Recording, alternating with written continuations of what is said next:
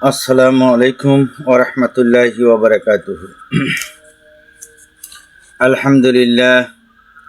আলহামদুলিল্লাহি নাহমাদুহু ওয়া নাস্তাইনুহু ওয়া নাস্তাগফিরুহু ওয়া নু'মিনু বিহি ওয়া নাতাওয়াক্কালু আলাইহি ওয়া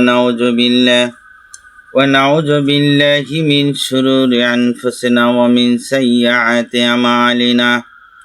মান ইয়াহদিহিল্লাহু ফালা মুদিল্লা লাহু ومن يضلله فلا هادي له ونشهد أن لا إله إلا الله وحده لا شريك له ونشهد أن سيدنا وسندنا وحبيبنا ومولانا محمدا عبده ورسوله الذي أرسله بالحق بشيرا ونذيرا وداعيا إلى الله بإذنه وسراجا منيرا. فقد قال الله تعالى في كلامه المجيد وفرقانه الحميد: أعوذ بالله من الشيطان الرجيم.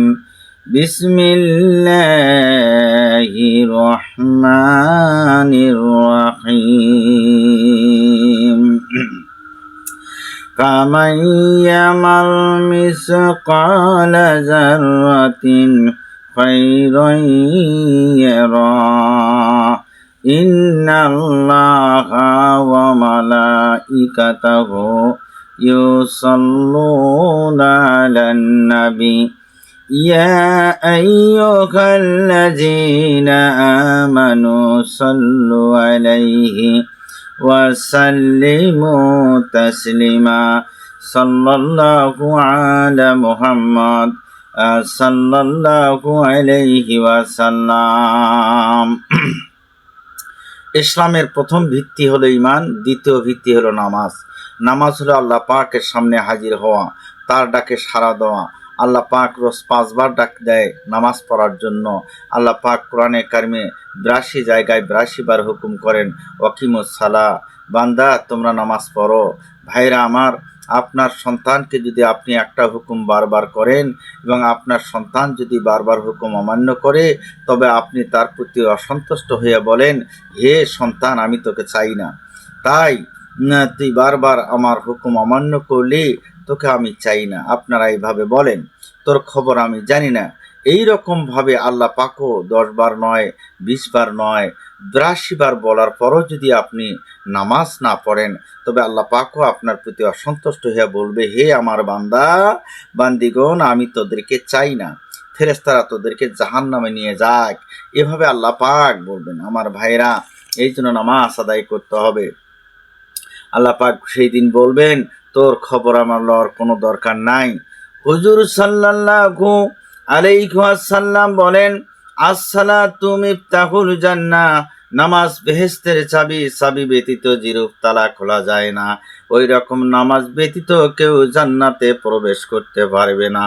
যদি কেউ নামাজ পড়লো না কিন্তু অন্যান্য নেকির কাজ বহুত করলো, কোরআনে কারিমে 30তম পারায় আল্লাহ রাব্বুল আলামিন জিলজালের ভিতরে 7 নম্বর আয়াতে বলেন, আল্লাহ পাক বলেন, ফামাইয়ামাল মিসকালা যাররাতিন খাইরান ইয়ারাহ, যে ব্যক্তি 1 যারা পরিমাণ নেক আমল করবে, আল্লাহ পাক তাকে হাসরের দিন সেই অনুপাতে প্রতিদান পুরস্কার দিবেন। সুবহানাল্লাহ। সেই অনুপাতে আল্লাহ পাক পুরস্কার দিয়ে দিবেন, তাতে বিন্দুমাত্র সন্দেহ নাই। যেমন কোনো এক ব্যক্তি একটা জমিন খরিদ করলো এবং ওয়ার দলিল করলো, কিন্তু ওই জমিন দখল করিয়া ফসলাদি কিছুই আনতে পারলো না। ওই রকম আল্লাহ পাকের ওয়াদা অনুসারে বেহেশতের মালিক হইবেন বটে, কিন্তু বেহেশতের শান্তি ভোগ করতে পারবেন না। বেহেশতের মালিক হওয়া এক কথা, আর বেহেশতে প্রবেশ করার এক কথা, শান্তি ভোগ করার এক কথা। আমার ভাইয়েরা, বেহেশতের মালিক হলে কি লাভ হবে যদি চাবির অভাবে প্রবেশ করতে না পারেন বেহেশতের ভিতরে? তাহলে আপনার লাভ কি হবে? ওই রকম ভাবে আপনি যদি শয়তানের ফেরে পড়িয়া নামাজ রীতিমতো আদায় না করেন, তাহলে অন্য অন্য নেকির পরিবর্তে যদি বেহেশত পান, কিন্তু নামাজের অভাবে বেহেশতে প্রবেশ করতে পারবেন না। তাহলে ওই দোষ আল্লাহ এবং আল্লাহ রাসূলের দিতে কোনোদিন পারবেন না। কেননা যে তারা ইতিপূর্বেই বলে দিয়েছেন, কোরআনে কারিমে হাদিস শরীফের ভিতরে বলে দিয়েছেন, জানিয়ে দিয়েছেন, তোমরা নামাজ পড়ো, চাবি সংগ্রহ করো। হুজুর সাল্লাল্লাহু আলাইহি ওয়াসাল্লাম বলেন, মুমিন আর কাফিরের মধ্যে পার্থক্য হলো নামাজ। মুসলমান নামাজ পড়ে আর কাফের নামাজ পড়ে না। হুজুর সাল্লাল্লাহু আলাইহি ওয়াসাল্লাম আরো বলেন, হাসরের মাঠে সর্বপ্রথম হিসাব নেওয়া হবে নামাজের। আল্লাহ পাক কোরআনে কারিমে বলেন, সূরা আনকাবুত আয়াত নাম্বার 45, ইন্নাস সালাতা তানহা আনিল ফাহশাই ওয়াল মুনকার, নিশ্চয় নামাজ কুফাত এবং খারাপ কাজ থেকে বিরত রাখে। হুজুর সাল্লাল্লাহু আলাইহি ওয়াসাল্লাম যখন কোনো মুসলমান ব্যক্তি আল্লাহ পাকের সন্তুষ্টির আশায় নামাজ পড়ে, তখন তার পাপ সমূহ গাছের পাতার ন্যায় ঝরিয়ে পড়েন। আল্লাহ রাসূল সাল্লাল্লাহু আলাইহি সাল্লাম হাদিস শরীফে বর্ণনা করে দিয়েছেন। আমার ভাইয়েরা, আল্লাহ পাক আমার নবীকে ডেকে বলেন, ওহে আমার হাবিব গো, আপনি আপনার উম্মতের জন্য 5 ওয়াক্ত নামাজ ফরজ করে দিয়েছি। আমি আল্লাহ আপনার উম্মতের জন্য 5 ওয়াক্ত নামাজ ফরজ করে দিয়েছি। যে ব্যক্তি ওই 5 ওয়াক্ত নামাজ রীতিমতো আদায় করবে, আমি তাকে বেহেশতে প্রবেশ করাইবার ওয়াদা দিলাম। সুবহানাল্লাহ। আর যে ব্যক্তি রীতিমতো নামাজ আদায় করবে না, আমি তার জন্য দায়ী নই, অর্থাৎ সেই ব্যক্তি জাহান্নামের মধ্যে কঠিন শাস্তি ভোগ করবে। আমার নবী যখন মিরাজের রাত্রে আল্লাহর সাথে দেখা করে আসতেছিলেন, তখন তিনি বললেন, আল্লাহ, আমি যখন দুনিয়া থেকে আমার উম্মতকে বলবো যে আমি আল্লাহর সাথে দেখা করে আসলাম, কথা বলে আসলাম, মিরাজ করে আসলাম, তখন আমার উম্মতেরা কাঁদবে আর বলবে, আহারে আমরা আল্লাহর সাথে দেখা করতে পারলাম না, কথা বলতে পারলাম না। তখন আমি কি জবাব দেব? আল্লাহ পাক বলেন, বন্ধুরে, আপনাকে এত উপরে তুলে আমি আল্লাহ নিজে আপনার সাথে দেখা করেছি। আপনার উম্মতেরা যখন নামাজের সেজদায় পড়ে যাবে, তখন আমি আল্লাহ নিজে যাইয়া তাদের সঙ্গে দেখা করব। সুবহানাল্লাহ। আসসালাতুল মিরাজুল মুমিনিন। ও হুজুর সাল্লাল্লাহু আলাইহি সাল্লাম বলেন, ওই ইমানদার ভাইরা, ও ইমানদার বোনেরা, তোমাদের মিরাজ হলো নামাজ। এই মিরাজের স্মরণীয় রাত্রে উম্মতের নাজাতের জন্য 5 ওয়াক্ত নামাজ রাসূল সাল্লাল্লাহু আলাইহি সাল্লাম নিয়ে এসেছিলেন। আমার বন্ধুগণ, কেউ ইচ্ছা করিয়া 1 ওয়াক্ত নামাজ কামাই দিলে 2,88,00,000 বৎসর জ্বলন্ত আগুনে জ্বলবে। ভাইরা আমার, ইহা আমার কথা নয়, আমার বাবার কথা নয়, সমস্ত জাহানের সর্বশ্রেষ্ঠ নবী জনাবে রাসূলুল্লাহ সাল্লাল্লাহু আলাইহি ওয়াসাল্লামের কথা। সূরা জারিয়াত 56, আল্লাহ রাব্বুল আলামিন বলেন, ওয়ামা খালাকাতুল জিন্না ওয়াল ইনসা ইল্লা লিয়াবুদুন, আমি জিন জাতি আর মানব জাতিকে শুধু আমার ইবাদতের জন্য সৃষ্টি করেছি। নামাজের মধ্যে দিল হাজির রাখতে হবে। যাহা কিছু পড়া হয় তা কেন বেখেয়ালি ভাবে পড়া যাবে না, বেখেয়ালের সঙ্গে পড়তে হবে। আমার ভাইয়েরা, আল্লাহু আকবার বলিয়া যখন দাঁড়াবেন, তখন চিন্তা রাখবেন, খেয়াল রাখবেন যে আল্লাহ পাক আমাকে দেখতেছে, আমি আল্লাহ পাকের সামনে দাঁড়িয়ে গেছি। সুবহানাল্লাহ।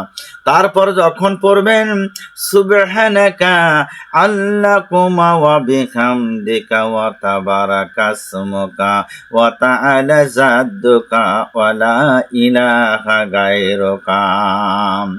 এরপর সূরা ফাতিহা তেলাওয়াত করবেন, আলহামদুলিল্লাহি রাব্বিল আলামিন আর রহমানির রহিম মালিকি ইয়াউমিদ্দিন ইয়াকা না'বুদু ওয়া ইয়াকা নাস্তাইন ইহদিনাস সিরাতাল মুস্তাকিম সিরাতাল লাযিনা আন'আমতা আলাইহিম গায়রিল মাগদুবি আলাইহিম ওয়ালাদ-দাল্লিন।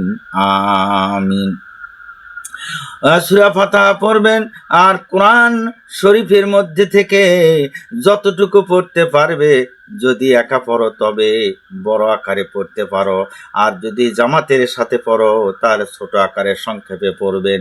কারণ রোগী থাকতে পারে জামাতের ভিতরে, অসুস্থ লোক থাকতে পারে জামাতের ভিতরে, এই জন্য জামাতের ভিতরে ছোট আকার পড়বেন, তা বেশি সময় দাঁড়িয়ে থাকতে পারবে না ওই রোগী মানুষগুলো। অতঃপর ভক্তির সহিত রুকুতে গিয়ে পড়বেন সুবহানা রব্বিয়াল আযীম, অন্তত পক্ষে 3 বার পড়বেন আমার ভাইয়েরা, কমপক্ষে 3 বার পড়তে হবে, আপনি 5 বারও পড়তে পারেন। যখন মাথাকে মাটিতে লইয়া সিজদায় পড়ে যাবেন তখন পড়বেন সুবহানা রব্বিয়াল আলা, সুবহানা রব্বিয়াল আলা, অন্তত পক্ষে 3 বার করে পড়তে হবে আমার ভাইরা। তবে জেনে রাখো, নামাজ মানুষের আয়ু বৃদ্ধি করিয়া দেয়, তাই নামাজ পড়বেন সঠিকভাবে, নামাজ ছাড়বেন না। রুকু হইতে উঠিয়া সময় তখন বলবেন সামি আল্লাহু লিমান হামিদা, রুকুর পর দাঁড়ানোর সময় বলবেন রাব্বানা লাকাল হামদ হামদান কাসীরান তাইয়্যিবান মুবারাকান ফীহি। 2 সিজদার মধ্যবর্তী সময় বসা অবস্থায় বলবেন আল্লাহুম্মা গফিরলি ওয়ারহামনি ওয়াহাদিনি ওয়াফিনি ওয়ারযুকনি। এর অর্থ হলো, হে আল্লাহ তুমি আমাকে ক্ষমা করো এবং আমার প্রতি দয়া করো। আবার যখন বৈঠকে বসবেন তখন প্রথমে আত্তাহিয়াতু লিল্লাহি ওয়াস সালাতু ওয়াত তাইয়্যিবাতু আসসালামু আলাইকা আইয়ুহান নাবী ওয়া রাহমাতুল্লাহি ওয়া বারাকাতুহু, আসসালামু আলাইনা ওয়া আলা ইবাদিল্লাহিস সালিহিন, আশহাদু লা ইলাহা ইল্লাল্লাহু ওয়া আশহাদু আন্না মুহাম্মাদান আবদুহু ওয়া রাসূলুহু পড়বেন। এরপর আমার ভাইরা 2 নম্বরে পড়বেন দরুদ ইব্রাহিম, আল্লাহুম্মা সাল্লি আলা মুহাম্মাদ ওয়া আলা আলি মুহাম্মাদিন কামা সাল্লাইতা আলা ইব্রাহিম ওয়া আলা আলি ইব্রাহিম ইন্নাকা হামিদুম মাজিদ, আল্লাহুম্মা বারিক আলা মুহাম্মাদ ওয়া আলা আলি মুহাম্মাদিন কামা বারাকতা আলা ইব্রাহিম ওয়া আলা আলি ইব্রাহিম ইন্নাকা হামিদুম মাজিদ। দ্বিতীয়বারে পড়বেন, এরপর তৃতীয়বারে পড়বেন দোয়া মাসুরে আল্লাহুম্মা ইন্নী সালামতু নাফসি যুনুবান কাসীরা ওয়া ইয়াগফিরু যুনুবা ইল্লা আনতা ফাগফিরলি মাগফিরাতাম মিন ইনদিকা ওয়ারহামনি ইন্নাকা আনতাল গাফুরুর রহিম। এরপর সালাম ফিরাবেন আসসালামু আলাইকুম ওয়া রাহমাতুল্লাহ, আবার সালাম ফিরাবেন আসসালামু আলাইকুম ওয়া রাহমাতুল্লাহ। আমার বন্ধুগণ, হযরত ওমর ফারুক রাদিয়াল্লাহু তাআলার সঙ্গে খঞ্জরের আঘাতে মারাত্মক আহত হইয়াছিলেন, প্রায় তিনি বেহুশ হয়ে থাকতেন। নামাজের সময় স্মরণ করিয়া দিলেই তিনি সেই হালত নামাজ আদায় করতেন আর বলতেন, যে ব্যক্তি নামাজ ছাড়িয়া দেয় ইসলাম তার কোনো অংশ নাই। হযরত ওসমান গনি রাদিয়াল্লাহু তাআলা সারা রাত্রি জাগ্রত হইয়া নামাজের মাধ্যমে কোরআনে কারীম তেলাওয়াত করতেন, খতম করে দিতেন। মুসলিম বিন ঈসা রাদিয়াল্লাহু তাআলা বসরার জামে মসজিদে নামাজ পড়তেছিলেন, এমন সময় মসজিদের এক অংশ ধসিয়া পড়ে গেল।